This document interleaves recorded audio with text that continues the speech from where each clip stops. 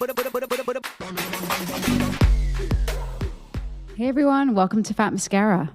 Welcome to Fat Mascara, a beauty and wellness and today sexy podcast. Wow. How are you doing, Jess? I'm all right. I'm okay. I know. I am a little bummed that I did not get to chat with Emily myself, but I've got to tell you, like, she is a legend. She's a force. You know, I thought this was cool too. I don't know who remembers Dr. Ruth, but like, she looms large and like I feel like that suggests, Matlin, like you definitely like she was part of your like 80s upbringing and like not because you were listening to her because you were young, but like she was like a force of culture then, remember? Why do you associate me with Dr. Ruth? Because I associate her for some reason with like VHS tapes and Cablevision, and I feel like a lot of these like strong women that were on TV in the late 80s and 90s like really resonated with you. Yeah, Dr. Ruth, I feel like I was very embarrassed by. If Dr. Ruth came on TV, I was like, click. Oh, Quick. Okay. I could see that. Well, the reason I bring up Dr. Ruth is because the New York Times actually called Emily Morse a Dr. Ruth for the new generation. Well, then so. that I'd feel a bit more comfortable with.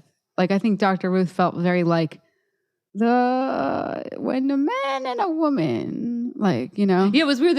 You know what's funny? Like, do you think that if she was like a sex pot, like gorgeous woman, she could have said some of the things she didn't? Like at that time, you didn't talk about these things. I think we still have trouble talking about sex and nakedness and bodies and that kind of stuff. The whole thing was too uncomfortable back then. Yeah, well, it still is for some people, and that's exactly why we wanted to have Emily on the show. So she's my guest. Jess wasn't here for the interview, but obviously loved the interview I did with her, clearly. Emily is the host of Sex with Emily. It's the longest-running sex podcast. She started it back in 2006. You guys think we know what we're doing with podcasts? She was doing it a decade before us. Since then, she earned a degree in human sexuality from the Institute for the Advanced Study of Human Sexuality, and we wanted to get together, Emily and I, to talk about being naked, why a lot of people aren't comfortable with that, how to get comfortable with being naked, all those products out there that aim, I mean, you see them in Ulta now. There's products like sex products, nakedness products, like it's become part of wellness. So we talk about that. And of course, because it's Emily, we talk about how getting comfortable with being naked can enhance sex. So heads up for those listening with like young ones around who aren't in the mood for sex talk for whatever reason. There's a lot of it in this episode. And I like to do that. I feel like I'm the guy from NPR when I do that. Like I think he says we acknowledge the presence of genitalia in this episode, like whenever oh my God, it's like that's a so family funny. show. Yeah. So I just want to put it, you know, if this isn't what you want to listen to in the car with like your whole family, I totally get it. Or if you're just not in the mood. But you should be in the mood because Emily is a delight and really like your most non-judgmental friend. Presence of gens. That's the kind of society we're in where like you can't just talk about like people call them private parts still. We talked about this, like how we can't just talk about it normal because it's isn't it so like, crazy what you can be like 17 children were like, you know, like the most like horrific things in the world, but like you can't. Or it's like you go to a movie with your parents when you were like a teen and like, God forbid, they like mention sex or whatever. And you're like next to your mother who might have given birth to you and definitely has had sex in her life. Like, anyway, Emily's your most non-judgmental friend other than me and Jess. And she's super well-informed and you're going to love her as much as we do. So here's Emily.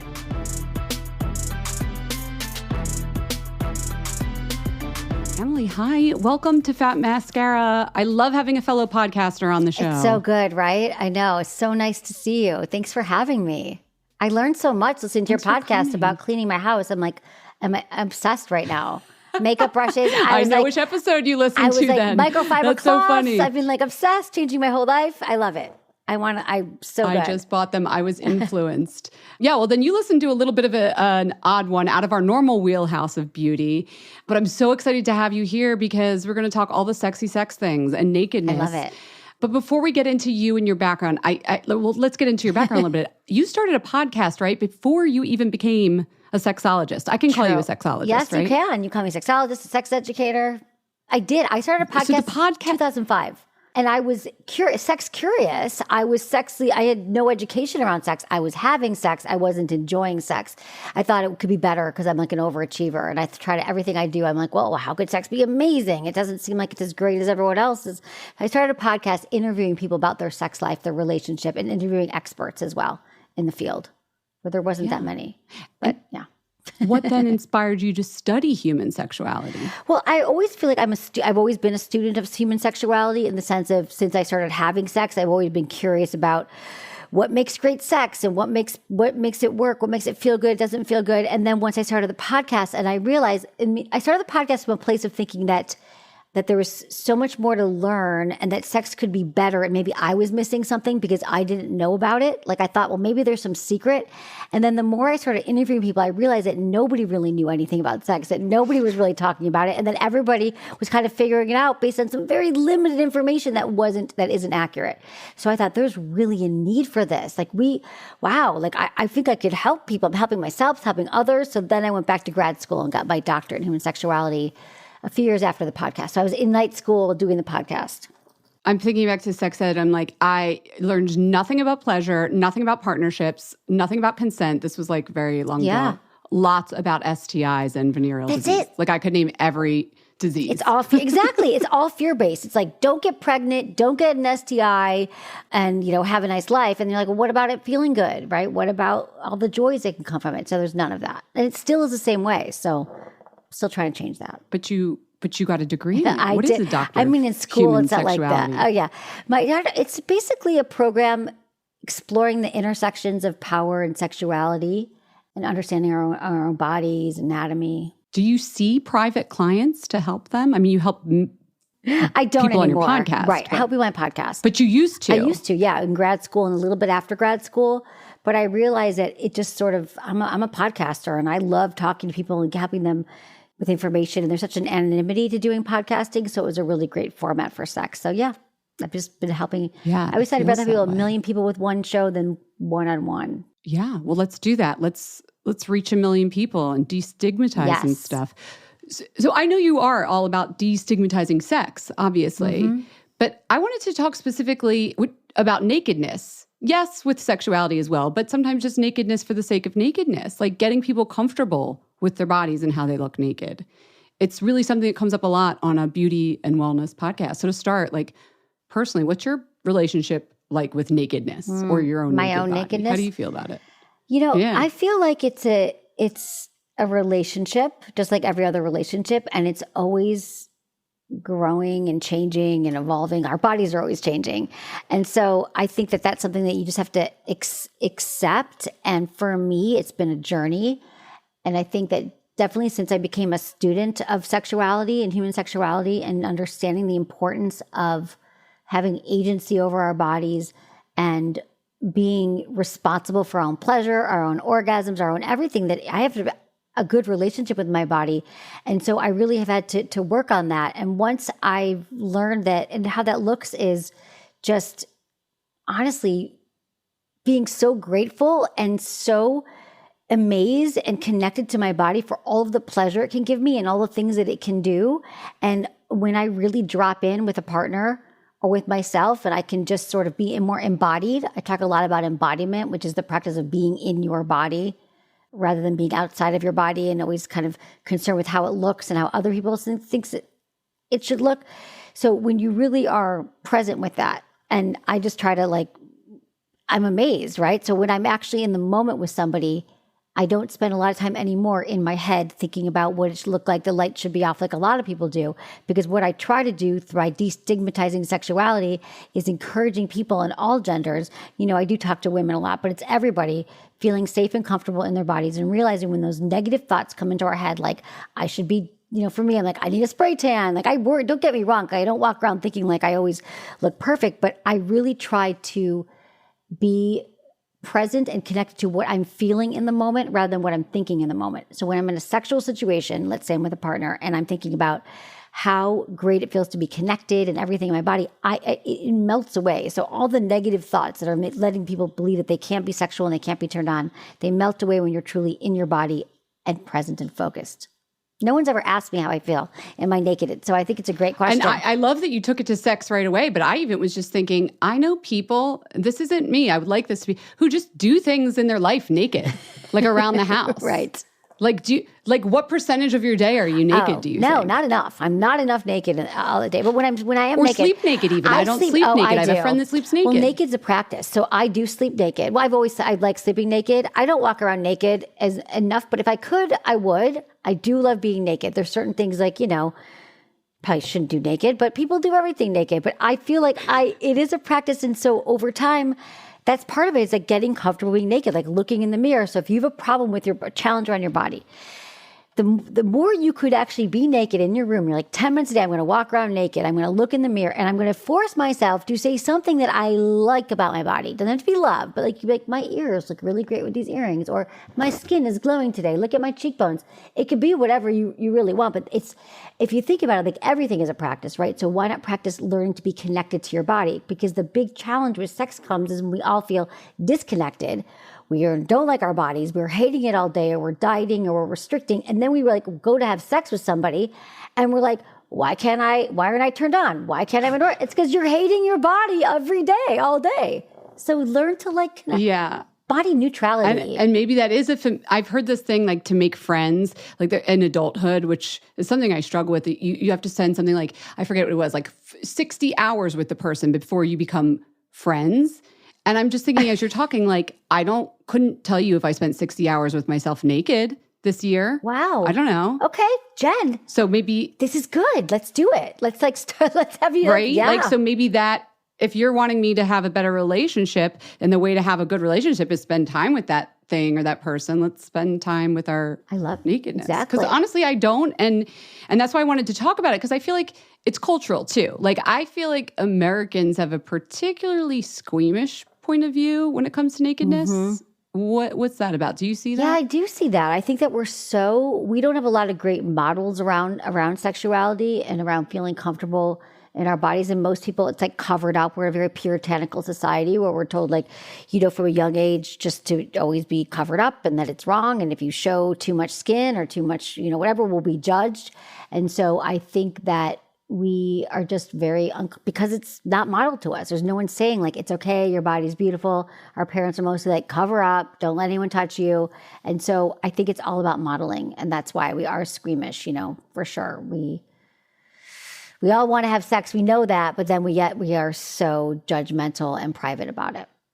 Yeah. And it does get very sexualized, because I'm thinking about like, in Europe, you'll watch television and there's just breasts swinging around like no big deal. Or even on the beaches before, like, I don't know where you live, if you're allowed to be topless. You couldn't, when I was growing up, like you couldn't be topless. You'd get like a ticket, which is unheard of in other parts of the world. Right. Yeah. Like that's how people walk around all day long. Yeah. Like it's almost making us like fear or sexualize our own bodies by doing that. Yeah, absolutely. Yeah, they police our bodies in so many ways. And I think that the problem is that we are so uncomfortable even with our genitals that even from a young age when we're pre-verbal and our parents are like telling us like our name of our toes and our knees and our thighs, and then they're like your belly button, and then you're like, well, what happened to this part between my legs right here? Like there's no name for it. It's your vajayjay or your pee-pee or your wee-wee. So or hoo-ha. Why do we make such juvenile? Exactly, because so then that's what you're hearing. You're like, it's my hoo-ha or it's my nothing. So I certainly don't know what to do with this body part, but I'm not going to like put it on display and be comfortable with it. So it's like normalizing that. That's how if you have kids, like you just got to call it, name the parts. Like, that's the first thing in sex ed, like name the parts, just name them. And how do you feel about people who have like these nicknames for tatas, even like we're talking about any sort of like part of the body that isn't actually the anatomical, because like anatomical names are not sexy always. Well, that's the problem. I think that sex needs a whole rebrand, and it's something I've been trying. Like no one wants to say like any of these words. I know they're just like even vagina or vulva. Penis is not so bad, but some of these words just don't roll off your tongue, and then you just make up names for them. But I honestly think that that's doing us a disservice. And if the mission is to normalize a conversation and to get everybody to feel really good in their bodies and have more pleasure, we just got to be like, yeah, I know this isn't a great name, but we're just going to say it. We're going to say vagina. But when I started my show, I did the podcast, but I was also on radio. I got this radio show, and it was in 2006. And I could not say vagina at all on the air. Couldn't say it. Like, think about it. It's like the body, it's your body part. Wait, like it would get bleeped? Yeah, get bleeped. Like it was a bad word? I couldn't say I could say masturbation once every 20 minutes. And then I get bleeped. I was always getting bleeped and pulled off the air. I'm thinking of Private Parts, the movie, and watching Howard Stern, and I was like, there was a time when you could not use these words. And so you still, it's just because we don't really have such a misunderstanding of them and of sexuality, and women's sexuality is so intimidating. And so we just kind of try to lock it all down. But not today, because we're talking about it, right? Every time someone hears this. So true. Maybe they'll go home and have a conversation with their kids or their friends' kids or their own selves and just be like, I'm not going to have shame in this. I'm going to use the parts. I'm going to talk about it. I'm going to be naked more often. I know, we're making it sound so easy, as if it's just like, get naked more often and you'll be comfortable. Then look in the mirror and tell yourself you're beautiful. Like, it gets wrapped up like that sometimes. I don't want to wrap it. That's why some of it seems so cliche. So I love that let me bring this up again. Like, I have days and weeks and months where I'm just like, oh God. Break it down for us. I like just think, if I lose 5 pounds or if I look different, or I did more, I would be better. I mean, we get caught up on those things. My pants are tight.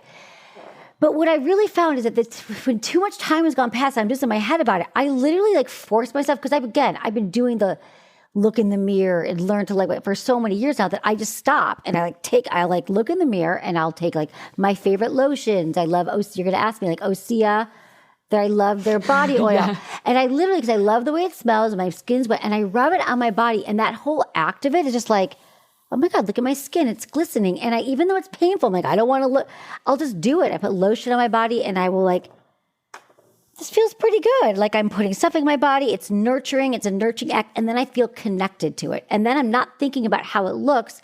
I'm thinking about how it feels with this lotion that I'm treating myself to that feels really, I'm taking a moment. Oh, so we're not doing this exercise in front of a mirror per se. No, this I am. Like sometimes you rubbing in some. Sometimes it is in front of a mirror. Like I think I start in front of the mirror because it's my bathroom.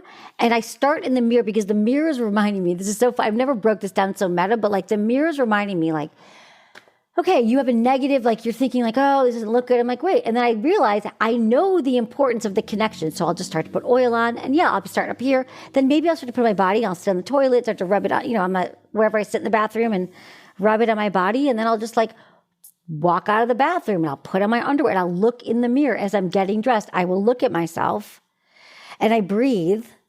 And I just realize like I'm the same person, all the amazing things my body can do.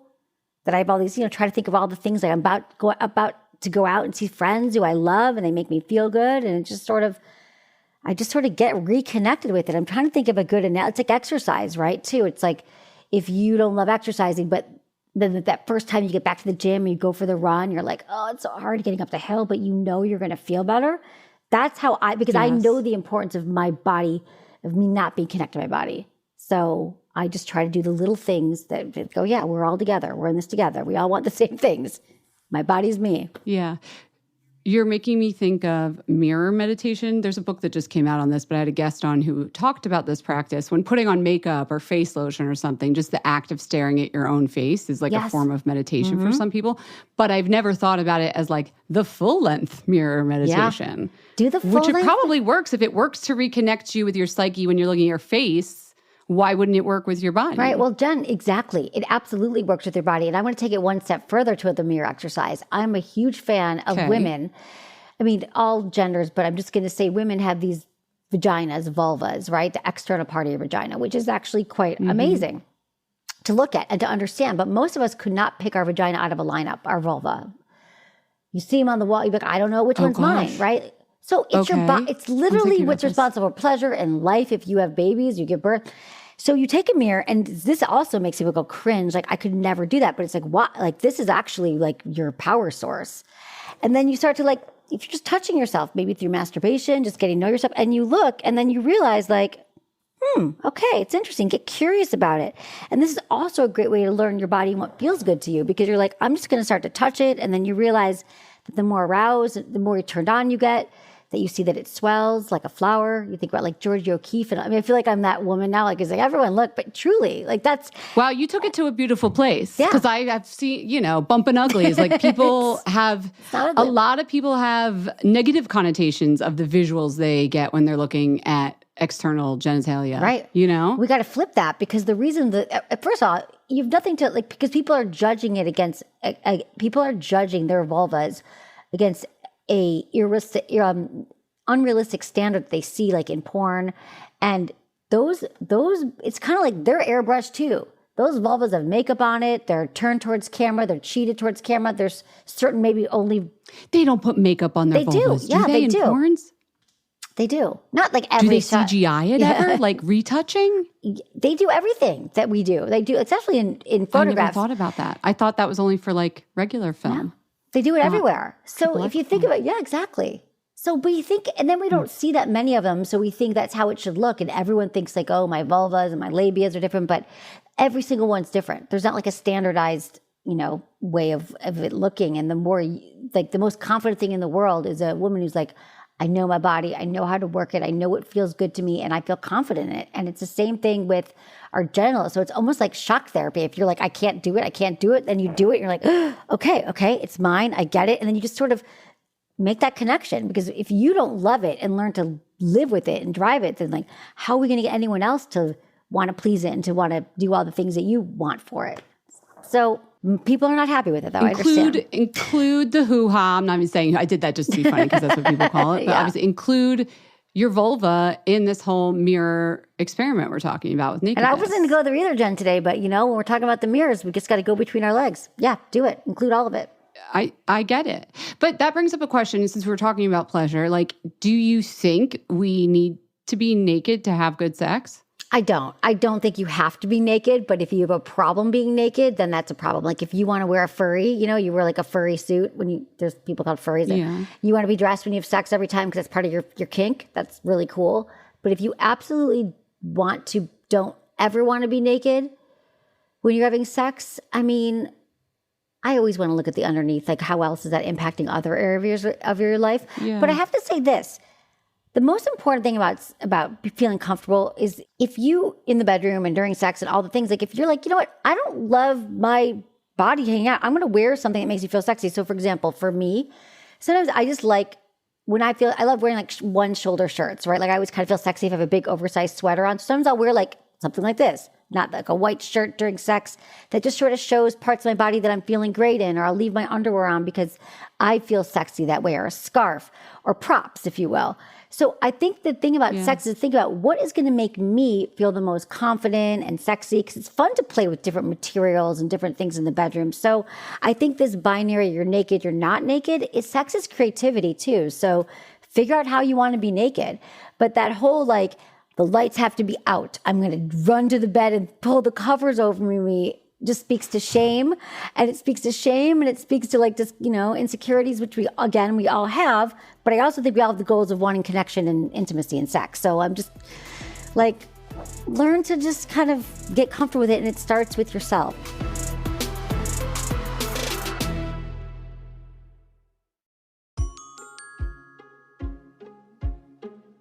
Listen, everyone, holiday season, gifting season is going to be here like before you know it. You know I'm right. I'm right. Get on top of it. Get on top of it now, all right? You're going to want something special. You're going to want something unusual, uncommon. Go to Uncommon Goods. They have something for everybody on your list. And they have the most like really clever gifts, don't they, Jen? They do. Mom, dad, teenagers, babies, new baby gifts I always get here. And for my mom, she loves puzzles. I found on their website, they have lots of personalized stuff. So this is a personalized word search throw blanket. She loves a puzzle. It has all these letters on it. And then you can pick the word that you want them to highlight with like a little red circle. So I'm doing for my mom, Bindi, which is the name of her dog. So it'll feel like she has to find all the words, including the name of her dog. So personalized. The best thing about Uncommon Goods is that you're supporting artists and small independent businesses. This isn't all the mass stuff you're going to find everywhere else online. And with every purchase you make at Uncommon Goods, they give back $1 to a nonprofit partner of your choice. How cool is that? They've donated more than $2.5 million to date. That's good. So to get 15% off your next gift, go to uncommongoods.com/fatmascara. That's uncommongoods.com/fatmascara for 15% off. Don't miss out on this limited time offer. Uncommon Goods, We're all out of the ordinary.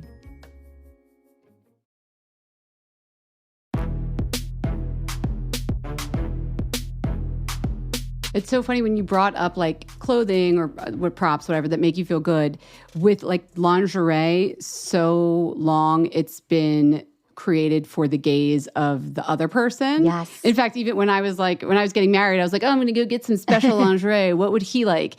Right. Duh. Why did I even think that way? I should have thought, what would I like to be wearing? Jen, because people don't think this. So it's a reverse way of thinking about it. I always tell women, like, usually people come to me like, how do I give a great, oral sex, blowjob? I'm like, well, what do you want? Like, so reversing the whole, this is. How do you receive a great one? How do you receive it? How do you receive? How do you receive? How do you feel sexy? Because I'm telling you, the more that women feel sexy and empowered in their body, and they know what they want and they know how to do it, like the better sex they're going to have. The male gaze is going to come along to whatever we find sexy. So it's reversing that paradigm, it's reversing the responsibility. So it's everything that you're picking up on. What looks sexy to you? What makes you feel the sexiest rather than, whatever you're going to find out there. And it might not be uncomfortable lingerie. So. And one hopes you find sexual partners that at least you have some overlap in what you agree is sexy. Yeah, and if you don't, way. they're not your person either.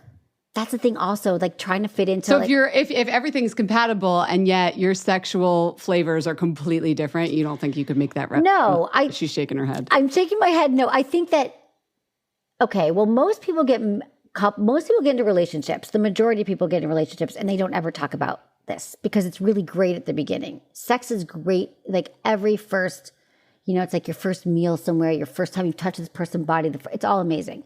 But then it's a honeymoon phase. And after a while, after about 6 months to 2 years, it starts to take a dip and you don't feel that same charge. Oh, do we have stats on that? We do. Is that right? Yeah. 6 months to 2 years. Oh, yeah. The honeymoon phase is an actual NRE, new relationship energy. All of that is actual biological condition. And so like everything, like our pheromones and all the newness is exciting. But after that period of time, and it's about 6 months to 2 years where it lasts. The sweet spot is probably about a year and a half. You start to feel like, I don't actually want to rip this person's clothes off every time they walk in. I'm not as aroused. And then you start to think, what would really be hot, or what I'd be into? And then we start having the conversations with our partner. If we do, most people actually don't even know how to that, but they do. And then they're like, oh, I want something totally different. Like I have this fetish or this kink. And then they try to bring it together. That's a problem. So I always encourage couples to talk before you walk down the aisle at early stage in the relationships. Like, what are my turn-ons? What am I into? So, but to answer your question, yes. So if it's completely opposite, like I need you to be wearing this thing every time and saying this kind of thing during sex, and it's just not, and that's not your thing, like it's not going to work. But I think that most couples can find a common ground if they really sort of want to, because mostly what we think we want isn't what we necessarily want. And every time you have sex with someone, it's like you're co-creating that sexual relationship. So if you're in love with someone and you love your partner. Wait, what we think we want isn't actually what we want? Yeah, like, okay, so let's say we think I only want a partner who, like, okay, let's talk about a man. His whole life, he's like, I've been looking at these Victoria's Secret catalogs and I want my partner to be all these things. She's going to wear this. She's going to do that. I'm going to get blowjobs for dinner and it's going to be all these things. But eventually you're in love with someone and they're great. You just realize like, oh, I actually realize that the greatest turn on for me is when my partner, when she's feeling most aroused and most in her body, and she's telling me that wearing this white shirt and using this toy and all these things is where I've seen her. That makes her most in her sexuality and her power. Like that is the hottest thing I've ever seen. So that's what I'm talking to. It's like, but that you have to be with the right person who can who has depth and you can talk about it. Yeah. So again, it's a language. Sex is a language in itself. And I know we're destigmatizing the nakedness and want to get comfortable with our bodies. So I don't want to introduce body issues where people might not have them because a lot of people feel great about that. But we do often get questions from listeners about specific parts of their body that they're unhappy with when they're unclothed, whatever it might be. So I'm curious, is there, how do you know if it's something that you should or could potentially get surgery for or change? Like, when is that? Like, I tried to get comfortable with, my labia or my breasts or the cellulite on the back of my, and I just can't do it. Yeah, Jen, I'm okay with that. No, here's the thing. We all have body insecurity. So no one's weird. I'm talking about this like, I want everyone to have aspiration to think like, oh, I could get there. It's possible. But we still have all of these insecurities all the time. And so I think if you want to get plastic surgery and your breasts, like you said, your liposuction, all the things, and it's truly going to make you feel better. And you know that, like, I think absolutely, like, do that. If it makes you feel better, amazing. What I don't recommend is I don't recommend labia surgery. I really don't, unless the labia is such a problem where I was talking to a gynecologist once on my show, and she said that she had a patient whose labia was really, really low, like to the point where like she had to like tuck it in. It interfered with her ability to, like, she was a swimmer. She couldn't wear it in the swimsuit. Mm-hmm. Yeah, then it is impacting with your day-to-day life. It is uncomfortable. Then get labiaplasty. But otherwise, if it's just for like, because you don't like the way it looks, like check out the Vulva Gallery on Instagram. There's a few of these accounts. I think it's called the Vulva Gallery. You'll see like there's so many different kinds, like all labias are different sizes. We have pictures of vulvas on Instagram? Is that allowed? They're drawings, they're animation drawings, they're sketches. Oh, drawings. Okay. But it's like, still helpful. Still helpful. Like check out a vulva. Because I think it's like people just don't, right? We're like, oh, it's weird, or someone maybe shamed you once. So it's really just educating ourselves around. So no, I don't recommend labiaplasty. But I mean, come on. Like I get other things that, that you want to do to your body that you think will make you feel better. That's not as harmful, because you could also, things could go wrong there too. You don't want to cut off your clitoris. Is there a curve? Like say you want a breast reduction, and you've been thinking about it for a while, whatever, like, is there a time you should sit with that before you do it? Like, is any like checklisty kind of things in your mind that you think would be things to do before you take that That's step? A really good question. I think there are checklists. I mean, I think that it's like, you don't want to impulsively, I don't think you want to impulsively do that either. But I think with it. Think of why you want to get it. Make a list, like the pros, the cons. Think about like what I don't know. I think like what you think it's going to do for you, what you think it's going to make you feel. And if it's something that's like I'm going to have more confidence, I'm going to feel sexier, I'm going to, I think that we have to be careful about what we assign certain things to. Like if you think it's going to be the magic pill that's going to save your whole life, it's not. But I think taking your time, talking to other people who had the surgery, really getting educated about it. But I don't like putting time limits on things, but I think just not being impulsive and, I'm not an expert in this part of it, but I feel like making sure you're doing it for the right reasons. And that is maybe because you're uncomfortable in your body, maybe physically and emotionally. Well, you are sort of an expert in partnerships. Yes. So I'm thinking about who should not get plastic surgery. I'm guessing if your partner wants you to get plastic surgery, that might not be a good reason to do it. That's a terrible reason to do it. I think that is, listen, if your partner's pressuring you and says like, once you get these, I'm going to pay, I don't know. This is probably not that. I don't know. I don't feel great about your partner dictating what you should do to your body and how you should, It often comes, I've heard of it with friends and things with like a money thing too. Like they don't make it like you should fix your whatever. It's like, I'll pay for it, just like a gift. But I think that's so loaded. So loaded. If my partner was like, hey, you want a breast job? Like, I'll pay. I'd be like, oh, you don't like my breast? That is so loaded. It's so tricky, Jen, because people are always like, how do I get my partner to like get back in shape and lose weight? And it's like, do I buy him a gym membership? Like, even that is tricky. I'm like, well, you could. Okay, let's go that way. I know. I feel like we've been sticking to the like, we're not happy with how. What if you're in a partnership and the person that you're having sex with, they have something about their body that you just don't find attractive, but you have good sex and you find them attractive? It's a really good question. Just try and ignore it, suck it up? I think you got to go a little bit deeper. Like, what is it that you don't like? Like, do you really not like it? Is it something that maybe... Does it mean something else? Like, okay, so let's say this is a typical scenario. Your partner, you've been together, where you feel like they've let themselves go, or they don't go to the gym as much. So now they have a stomach on them where they didn't before. Okay. And so then you're like, oh, we're having sex. I just don't find it as hot anymore. And bump it up against me, and it's the whole thing. But then I think if we take a moment, because I've had these conversations with people, it's like, well, what is it really? Well, he used to always go to the gym and now he's not. And he also hasn't been looking for a new job. So once you start going deeper, it's very rarely about the physicality of it. It's rarely about the stomach. It's because he hasn't followed through in his word. I resent him. He feel like he's taking advantage of the situation. He's not providing. Like, it's all these other things that it actually is usually it's a representation of something else. So once you can do that work around those things and you can have that depth around it, then I think you're not going to be focused on this. It's not really about that, right? No, but now I'm like going through all of my past partners and I'm like, that one had really weird toenails. Like, I don't know if that was about anything deeper than just he had really weird toenails. Maybe not. Do I just like not everything is depth. have him put some socks on? Well, that might also show that like he is not interested in hygiene. No, you're like, this person. Oh, you're right. This I'm telling you, their like, values, go get a pedicure, man. Go get a pedicure. Why does he not know that? Like, it could be something else too. I'm not, and listen, this is not, sometimes people just have a stomach and you're like, I actually don't have a lot of depth. That's true too. That might be it. And I think you just kind of, it's tricky unless you have a partner that's, they probably want to change too. So, they probably aren't happy if it's changed since you've been with them. They probably aren't that psyched about it. So if there's ways you can have a healthier lifestyle together, work out together, eat different foods, that's all cool too, You keep bringing up the extra 5 pounds and that, whatever. I feel like that must come up a lot with like people that you're talking to with sexual issues. All the time. It sounds like that one's like a popular one, huh? Yes, always the 5 pounds. The weight, everything. Yeah, weight. Yeah, it comes up a lot. Yeah. I mean, no, to be honest, I'm just trying. It doesn't come up as much as you'd think. What comes up, at least on my show, people aren't talking about not being attracted to their partner anymore. I've just been doing this for almost 20 years, so I get everything.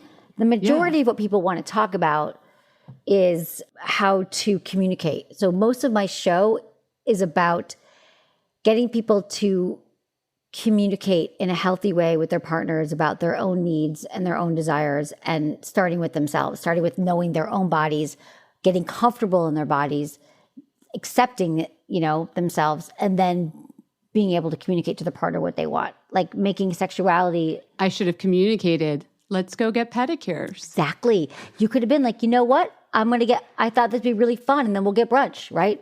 Don't you think people see through that though, where it's like let's do it together. Let's go get pedicures. My feet are cute. Yours suck. Maybe they do, but then we got to get past that. I mean, I know you're asking, it's true, they might, but it's kind of like, I have this friend, and she was on my show, my friend Lisa Bilyeu. She's got a platform. She's like Women of Impact and stuff. And she would say that she used to get, and this is kind of related to what you're saying, she would get so frustrated because she used to she loves flowers. And on her birthday, every year she wanted flowers, but her husband would always forget. So finally, she just like put it on his calendar and like told his assistant, like, I need flowers. And then she got the flowers. And she's like, you could be thinking like, I can't believe I had to ask for it. But the truth is, she got what he needed.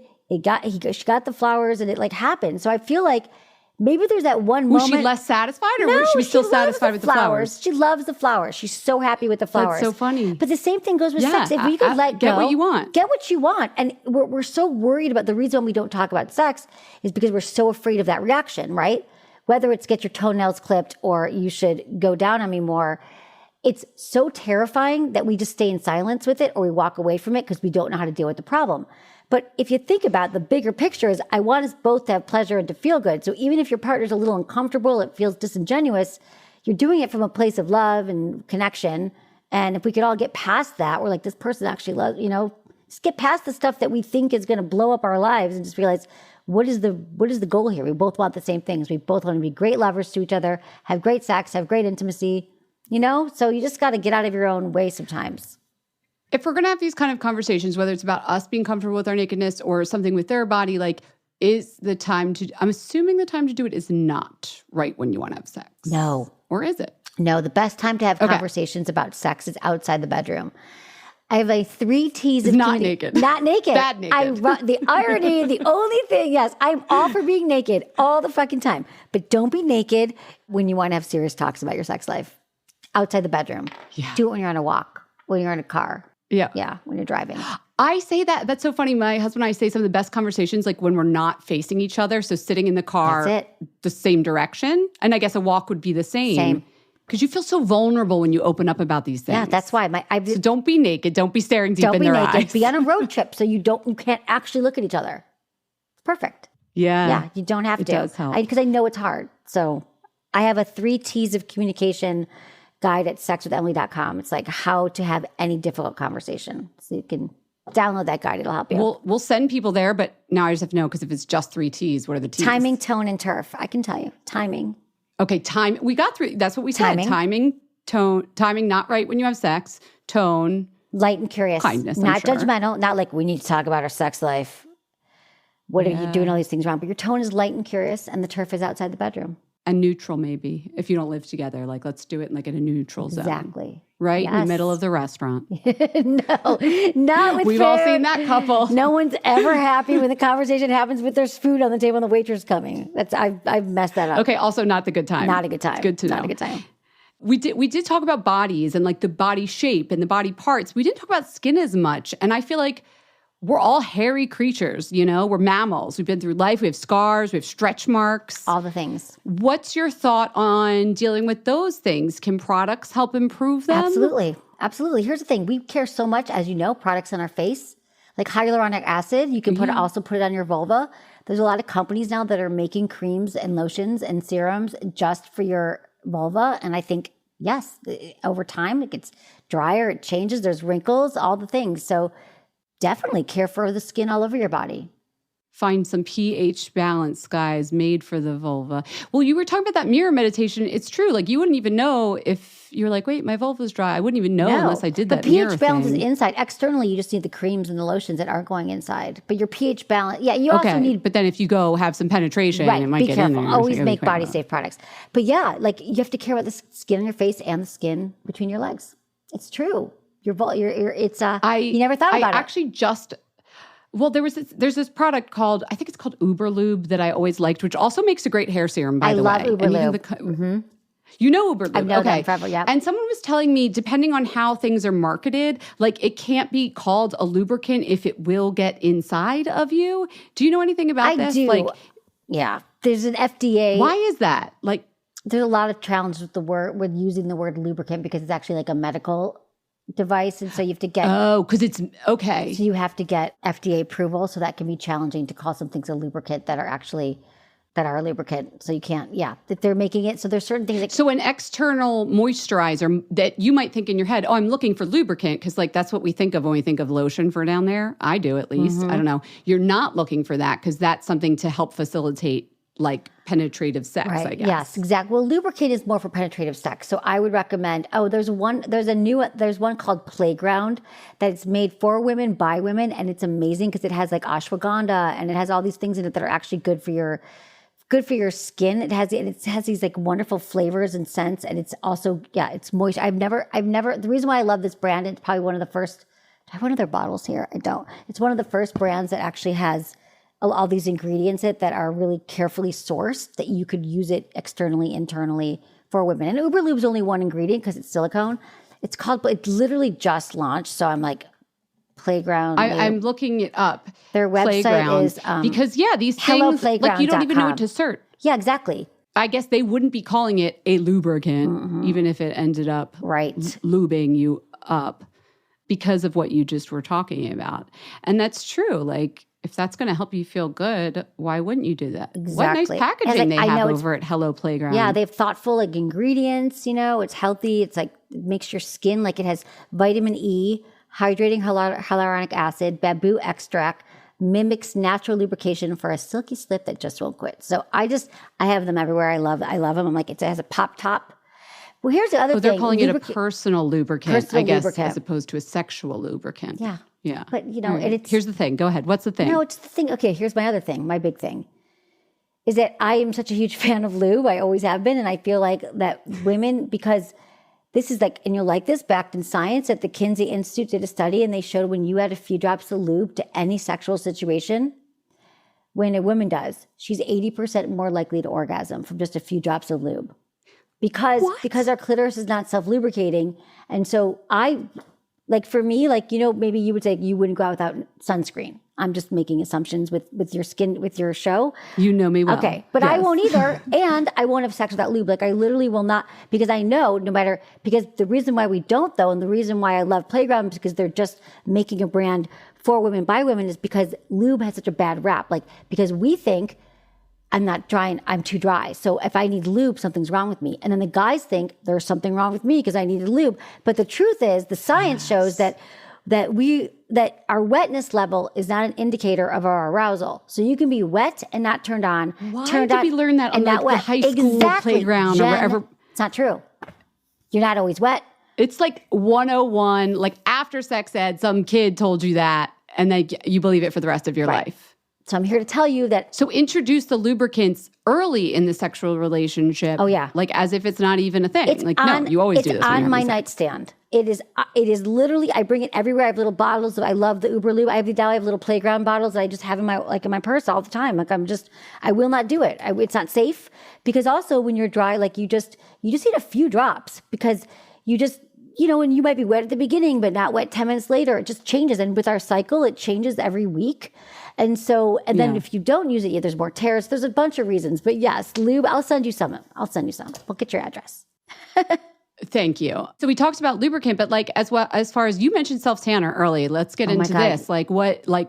I love self-tanner. Are you obsessed? Yeah, but I need a good one. I just have someone come over and do it. But when they can't come over, like, what do you love? I bought the drops. You know what makes me not feel so smell is a really important thing to me, both with like a partner that I like their smell, but I have never been able to get over the scent when the DHA reacts and your skin changes, the sugars get, even the best ones, and I know there's good ones, like I can't unsmell that smell. So I've just given up sort of on the the self-tanner. Self-tanner. Yeah, I know. And I'm not going to do it on my own unless someone comes sprays it everywhere. I just get real moisturized because I feel like half the time I'm not happy with my skin tone. It's just because it's ashy. And it just needed like exactly. No, you're absolutely right. So moisturizing could be part of your new routine when you're like, whenever you're moisturizing, maybe you're looking in the mirror for 5 minutes. Yes, or I'll get some of that Osea, that you like. I like it. So you speak to all these people on your podcast that come on and have sexuality as part of like their life all the time. And I'm sure, adult film stars, dancers, performers, have you learned anything from your guests, whether they're professionals or just regular people, about how to feel better naked? Honestly, it's just... I'll teach you. I'll give you one I have while you think. Yeah, tell me. Pink light bulbs.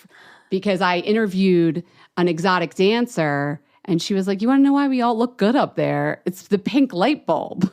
It's not because we have like some amazing makeup. I was like, okay, tell me what body makeup. She's like, we can't wear body makeup. It'd be getting over everything. And like, you get on someone's lap? No way. And she was like, just get a pink light bulb. Game changer. That is a game changer. Oh my God, I love that. Like I love like candlelight. I don't do overhead lights ever. Yes. I always have candles going. Like I always light them all over the house. So much better. I just love feeling, I don't know. Let's think what else I do. I feel like some of the things, I had this guy, Sean T, on my show, also Acast podcaster, a few weeks ago, and he was talking, he's like he started the whole program, the workout program. He works like Beachbody and he does the Insanity program, the workouts. And he was just like telling me this confidence thing, how he's just like, he's like, I just walk outside. Like I think about who's the person that I want to be. And then how would they be walking today? What would they be seeing? What would they be wearing? And like every time, and if he doesn't do this correctly, he turns on, goes back in. But then he'll like leave the house. Whoa. He walks straight and he's like, and he just like looks up and he's just wearing his thing. And it's not that he's naked, just the way he moves through life. He's got this confidence and he's just always resetting about how he goes in the world, think about how, I don't know, how he wants to be and how he wants to show up in the world. And he just talks about how all of that is informed him, like whether he's naked, whether he has clothes, he's always the same. And he just has that confidence. And I think it's when I was leaving the house, like sometimes I leave and I'm like, I hope I don't run into anyone or I don't want to see anybody. But I've been thinking about that. And I always try to think about like, why? Like, what are you hiding from? Like, just show up and be your most, standing up tall, putting on things that make you feel good. I think the pandemic was hard because a lot of it's just like, we're in sweats all day and we're not really paying attention to what we, don't really care anymore. We're wearing masks, but now it's just, it's confidence, truly. It truly is. And it's about visualizing who you want to be and how you want to be and being that person today. And why bother if you're going to meet someone or not? Do it for yourself. Like if I'm not happy because I didn't do my hair, so I don't want to run into anyone, do my hair for my own self if that's going to make me feel good, right? Yes. Who else? I'm getting more selfish from my chat with you, Emily. You're getting what? Okay, before I love it. I'm getting more selfish from chatting with you in a good way. I love it. It's about you. So before we do our I'll let you go in a second, but before we do our Fat Mascara 5, I was thinking beauty products because you said Osea, you said self-tanner. Mm-hmm. What else is like in part of your routine that you're loving? I'm loving, so this is what I just got. The Dr. Dennis Gross peel pads. Have you used those? These peel pads? They're classic, but I never use them. So I'm doing a reset of my skin right now. I'm very excited about that. Oh, you're resetting. I'm resetting. Okay, is it going well? Yeah, it is. I feel like it's really good. They can be good for folliculitis on the butt too. Really? Like if you have bumpy butt? Yes. I've had that. Thank you very much. I love to know that. I like to see it. I like the Giorgio. It's so boring. Giorgio Armani foundation. Not boring, but stuff I've been using. No. Liquid Silk. Forever. Whatever that one. That's a great But you know one. what else? I mean, you want products, but what I do, which I think is a game changer, is my steam shower and the higher dose, the sauna blanket, like doing a sauna, infrared sauna and steam, like all the heat and the sweat for my skin has been like a game changer. Wait, what's a steam shower? You have a shower that doesn't squirt water, but just steams. Well, it's a shower, but then it also turns into steam. Like, you know, when you go to the gym and there's like a steam room? Yes, like a steam room. I have a steam shower room, a steam shower. Could I install that like just in a regular shower faucet? Yeah, I don't know if you Why do I not know about this? You probably could. So you steam yourself up until you're like, pores are all open, everything's like glowing. And then I do my hair mask and my face skip mask, and I do it all in the steam shower. So then I come out and I'm like glowing and my skin is hydrated. It feels so good. And then I put the Osea on and then there's like and then you do a higher dose. You do an LED. Yep. Do you have the mat? I have the mat. I have everything, Which one? all of it. And I love it. I love the whole thing. I love the ritual of it. Do you love it for like, you feel mood-wise better, or do you think it makes a visual aesthetic change? I think that the more I do the sauna and the blanket, either I go to an infrared sauna place or I use the blanket, the more, I feel glowing. It helps your mood. Absolutely. It's good for calming your nervous system, anxiety, clarity, all the things. I have amazing breakthroughs. And I feel like my skin is even, like everything's just like sweated out. I just feel. That's when your breakthroughs come, when you're in your LED mode. Yeah, when I'm sweating. Like for a lot of people, it's the shower, at least for me, or when they're walking. Exactly. But yours is when I'm lying there sweating. You're infraredding. Yeah, infraredding. And Any other products you want to share with us? You got a favorite fragrance, since I talked about smell being important? What goes with this white off-the-shoulder top? I see you. You'll have your self-tanner. You're feeling glowy. You got your old off-the-shoulder top. What do you smell like? I smell like coconut. It's probably like coconut oil. I don't have anything. Okay. I don't have I have like sprays and stuff that I use. I don't have anything like that's a signature scent. It's not your thing. It's not your thing. You did say candles, though. I love Can candles. I ask what candles? Yes. Is there like a particular candle? This is hard. I like diptyque candles. Amazing. You know. Yes. I love massage candles. Are my favorite.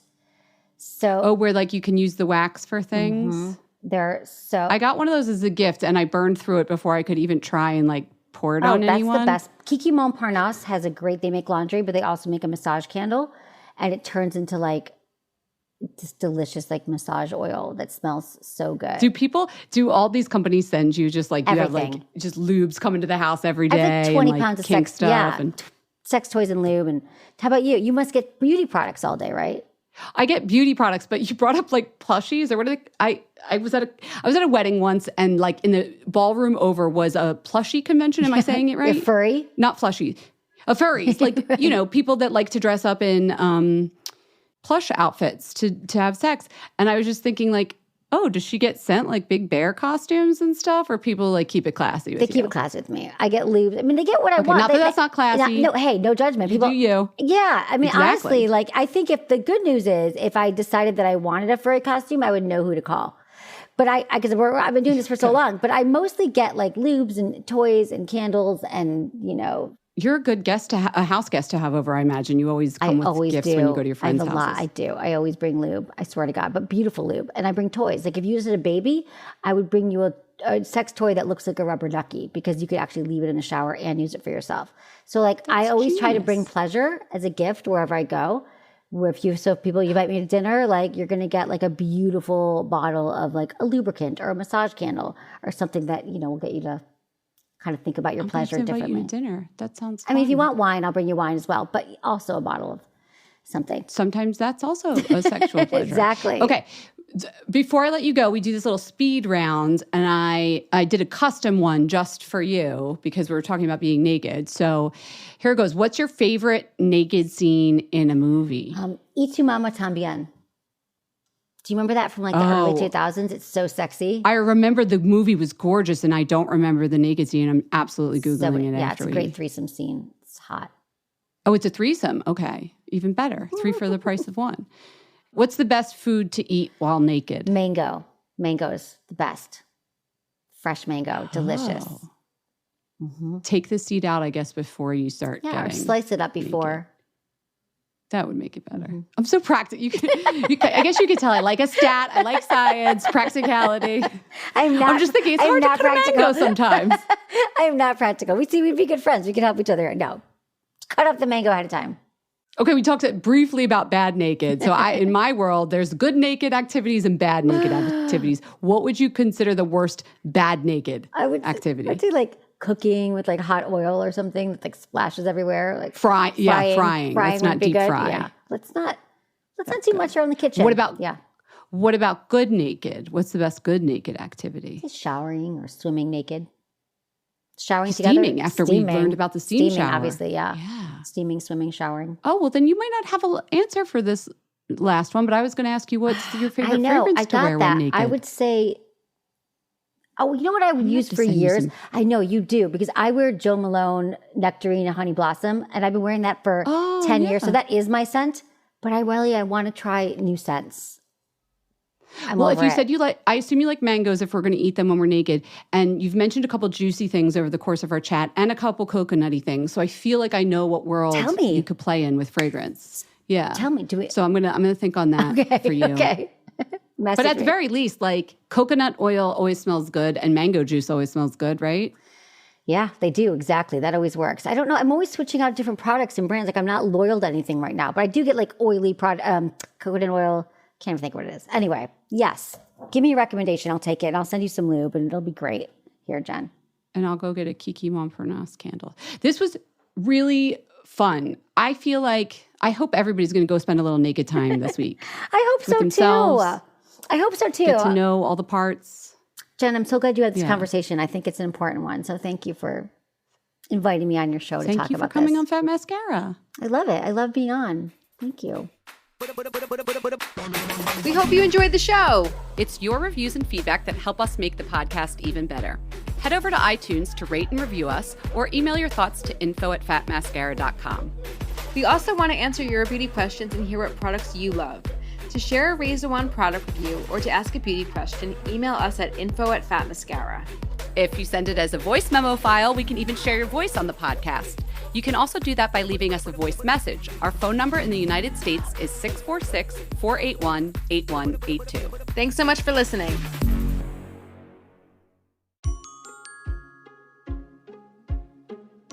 Listen, everyone, holiday season, gifting season is going to be here like before you know it. You know I'm right. I'm right. Get on top of it. Get on top of it now, all right? You're going to want something special. You're going to want something unusual, uncommon. Go to Uncommon Goods. They have something for everybody on your list. And they have the most really clever gifts, don't they, Jen? They do. Mom, dad, teenagers, babies, new baby gifts I always get here. And for my mom, she loves puzzles. I found on their website, they have lots of personalized stuff. So this is a personalized word search throw blanket. She loves a puzzle. It has all these letters on it. And then you can pick the word that you want them to highlight with a little red circle. So I'm doing for my mom, Bindi, which is the name of her dog. So it'll be really she has to find all the words, including the name of her dog. So personalized. The best thing about Uncommon Goods is that you're supporting artists and small independent businesses. This isn't all the mass stuff you're going to find everywhere else online. And with every purchase you make at Uncommon Goods, they give back $1 to a nonprofit partner of your choice. How cool is that? They've donated more than $2.5 million to date. That's good. So to get 15% off your next gift, go to uncommongoods.com/fatmascara. That's uncommongoods.com/fatmascara for 15% off. Don't miss out on this limited time offer. Uncommon Goods, we're all out of the ordinary.